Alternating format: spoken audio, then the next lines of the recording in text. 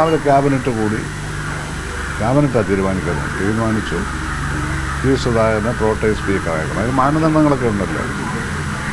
ഒന്നാമത് ഞാൻ നിയമസഭയിലെ 20 വർഷം നിയമസഭയിലുണ്ടായിരുന്ന ആളല്ല. അപ്പോൾ സീനിയേഴ്സായിട്ടുള്ള MLA മാരിൽ ഒരാളാണ്. പിന്നെ ഏജൻ്റ് നോക്കുമ്പോഴും പിണറായി വിജയൻ കഴിഞ്ഞാൽ സീനിയറായിട്ടുള്ള ഒരാളാണ്. പിണറായി വിജയൻ പ്രതിപക്ഷ നേതാവായതുകൊണ്ട് അദ്ദേഹം പ്രോട്ടേം സ്പീക്കറാവില്ല. അപ്പോൾ കാരണങ്ങൾ ഈ മാനദണ്ഡങ്ങൾക്കുള്ളിൽ തന്നെ വന്നു. അതവരെ പാലിച്ചു, UDF പാലിച്ചു. വേണമെങ്കിൽ അവർക്ക് മാറ്റാം, അവർ ചെയ്തല്ല, കറക്റ്റായിട്ട് തന്നെ അവർ ചെയ്തു. അങ്ങനെ പ്രോട്ടേം സ്പീക്കറായി. സത്യപ്രതിജ്ഞ 9 ചെയ്യുകയും ചെയ്തു. ഈ പിണറായി വിജയൻ നാളെ താങ്കൾക്ക് മുന്നിൽ സത്യപ്രതിജ്ഞ ചെയ്യാൻ എത്തുമെന്നൊരു കൗതുകം കൂടെ, ഒരു രാഷ്ട്രീയ കൗതുകം എന്തോ അതിപ്പം ആരുടെ മുമ്പിൽ സത്യപ്രതിജ്ഞ ചെയ്യുന്നു, ആര് ചെയ്യുന്നു എന്നുള്ളതല്ല.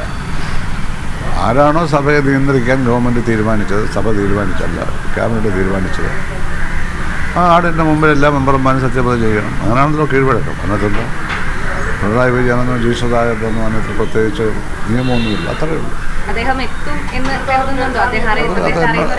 അതൊന്നും എനിക്കറിയില്ല. അദ്ദേഹത്തെ ഇരിക്കേണ്ട കാര്യമല്ല. എത്താതിരിക്കേണ്ട പാർട്ടിയല്ലല്ലോ. അതല്ലല്ലോ, പാർട്ടിയായിട്ട് ബന്ധപ്പെട്ടല്ലല്ലോ.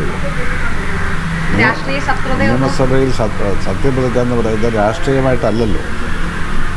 രാഷ്ട്രീയമായിട്ട് അങ്ങനെ കാണാൻ പറ്റുമോ? എല്ലാ മെമ്പർമാരും സത്യപ്രതിജ്ഞ ചെയ്യാനുള്ളത്. രാഷ്ട്രീയം വേറെ, ഇത് വേറെ.